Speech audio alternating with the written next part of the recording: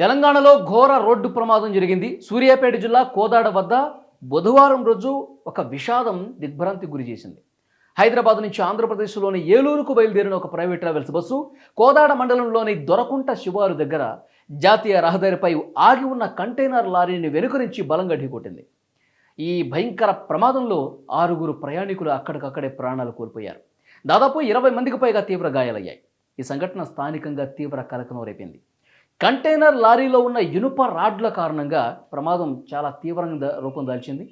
లారీలో పరిమితికి మించి ఎలాంటి భద్రతా చర్యలు లేకుండా లోడ్ చేసినటువంటి ఇనుప రాడ్లు ఈ ఘోరానికి ప్రధాన కారణమయ్యాయి.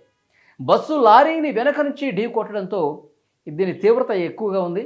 భారీ స్థాయిలో ఉన్న ఆ ఇనుప రాడ్లు బస్సు ముందు భాగం అద్దాలను పగలగొట్టుకుని లోపలికి అత్యంత వేగంగా దూసుకెళ్లాయి.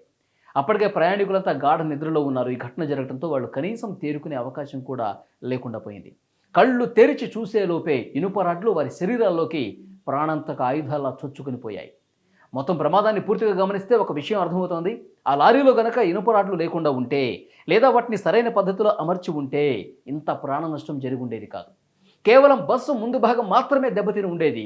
కేవలం ఇనుప రాడ్లు ఈటెల్లా బస్సును చీల్చుకుంటూ లోపలికి రావటం వల్లే ఇంతటి ఘోర విషాదం జరిగిందని ఇక్కడ ఉన్న స్థానికులు, పోలీసులు కూడా ఆవేదన వ్యక్తం చేశారు. ప్రమాదం జరిగిన సమయంలో ఈ ప్రైవేట్ ట్రావెల్స్ బస్సులో మొత్తం 42 మంది ప్రయాణికులు ఉన్నారు. తెల్లవారుజామున చీకటిగా ఉండటం, బహుశా ఆ డ్రైవర్ కూడా నిద్రమత్తులో ఉండటం, ముందు ఆగి ఉన్నటువంటి లారీని గమనించకపోవటం వల్ల ఈ దుర్ఘటన జరిగి ఉంటుందని ప్రాథమికంగా అనుమానిస్తున్నారు. ప్రమాదం గురించి తెలుసుకున్నటువంటి వెంటనే కోదాడ పోలీసులు, జాతీయ రహదారి భద్రతా సిబ్బంది హుటాహుటిన అక్కడికి వెళ్లారు.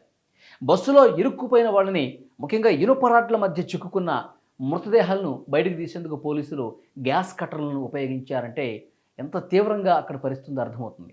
గాయపడిన 20 మంది ప్రయాణికులను వెంటనే అంబులెన్స్ ద్వారా కోదాడలోని ఆసుపత్రికి తీసుకెళ్లారు. అక్కడ వాళ్ళకి అత్యవసర చికిత్స అందిస్తున్నారు. కొందరి పరిస్థితి అయితే విషమంగా ఉన్నట్టుగా వైద్యులు చెప్తున్నారు.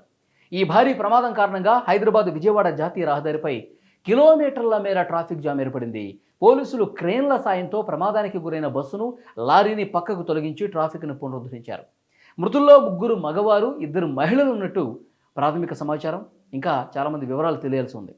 బస్సులో ప్రయాణించిన వంశీ అనే కుర్రాడు త్రుటిలో ప్రమాదం నుంచి బయటపడ్డాడు. బస్సు వెనకలో కూర్చోవడంతో ఆయనకు స్వల్పంగా గాయాలయ్యాయి. హాస్పిటల్లో మాట్లాడాడు వంశీ. తాను రాఖీ పండుగకు తమ అక్క ఇంటికి వెళుతున్నానని, ఒక ఇనుపరాడ్డు నా ముఖం దగ్గరకు వచ్చి ఆగిపోయిందని చెప్పాడు. తాను త్రుటిలో ప్రాణాలతో బయటపడ్డట్టుగా చెప్పాడు. తాను వెనక సీట్లలో కూర్చున్నందున సురక్షితంగా బయటపడ్డాడని అతను చెప్పాడు.